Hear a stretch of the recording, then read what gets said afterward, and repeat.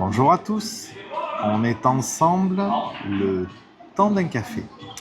Aujourd'hui, une petite vidéo pour vous parler de quoi? Pour vous parler transhumanisme et upgrade personnel. Alors, vous allez me dire, oui, mais comment et pourquoi? Et j'y arrive. Alors, je suis polyhandicapé comme beaucoup d'entre vous le savent, je l'évoque régulièrement dans mes vidéos. Et j'ai décidé, il y a quelques années, de combattre ce handicap, de lutter. Et, il y a plusieurs manières. La technologie en est une. Et cette évolution, en fait, et ce combat se sont menés en plusieurs étapes. La première, ça a été il y a une vingtaine d'années environ, une opération des yeux que j'ai subie, qui a consisté à transformer l'astigmatisme en myopie, puis la myopie à être corrigée par le laser et un implant. Alors, je vais être honnête, la première intervention se réalise avec un scalpel en diamant qui consiste à ouvrir l'œil en quatre et à en enlever un morceau. Si l'opération est indolore, je vous garantis que les douleurs post-opératoires sont inhumaines. Et j'ai passé plus d'une année dans la souffrance, à tel point que chaque fois que je me touchais l'œil, ou le droit ou le gauche, après les interventions, j'ai eu des douleurs abominables à tomber en syncope, régulièrement. Et croyez-moi, on se touche les yeux souvent. Ça ne va pas empêcher de faire les deux yeux, parce que partie pour partie, voilà. Et le docteur Trani, que je salue s'il m'entend, m'a permis de passer 20 années de ma vie sans lunettes, ni pour lire, ni pour rien. J'en remets aujourd'hui et j'ai 50 ans, mais j'ai passé 20 ans sans rien. Et il n'a jamais été question de me promettre des choses irréalistes. Il a été très clair là-dessus. Il a même été... Ses aspirations initiales et les résultats potentiels ont été en dessous de ce qui a été en réalité obtenu.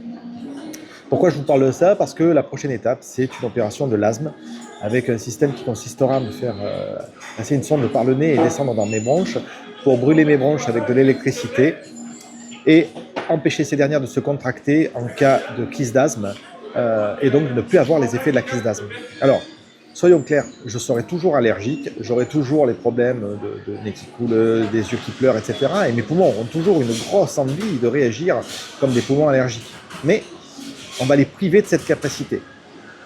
Alors, oui, ça va encore me permettre d'avancer.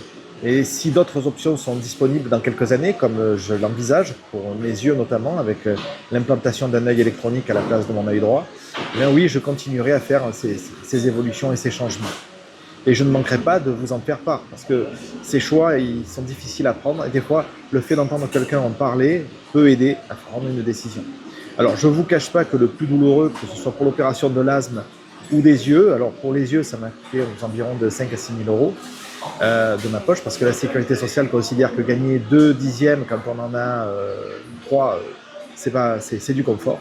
Et c'est pareil pour l'asthme. Donc, croyez-moi, là, l'asthme, j'en ai pour 11 000 euros. Et je pense que ça sera un ticket d'entrée, il y en aura pour plus. Donc oui, le plus douloureux, je pense que c'est la facture. Mais je tiens quand même à tenter l'expérience et c'est pour ça que j'ai en fait des visites qui vont se profiler afin de vérifier mon éligibilité à cette technologie. Je ne manquerai pas de partager des vidéos à ce sujet et d'en parler régulièrement sur les réseaux. Peut-être que mon expérience profitera à certains et qu'elle vous permettra de prendre des décisions qui aujourd'hui semblent lointaines ou hors contexte.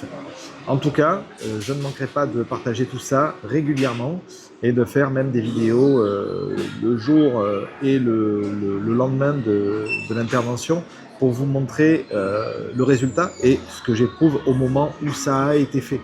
Que ce soit douloureux ou non, j'essaierai de faire des vidéos et si, j'espère que non, mais si je ne suis pas en état pour tourner des vidéos, bon, je les ferai faire par des personnes qui seront présentes et je m'exprimerai simplement comme je le fais là. J'espère que non, honnêtement, d'après ce que j'ai vu, ça reste tout à fait humainement supportable. Voilà, je voulais partager ça avec vous le temps d'un café, parler, échanger à ce sujet, parce que pour moi c'est important. Le handicap, c'est quelque chose qui se voit, mais qui se vit avant tout.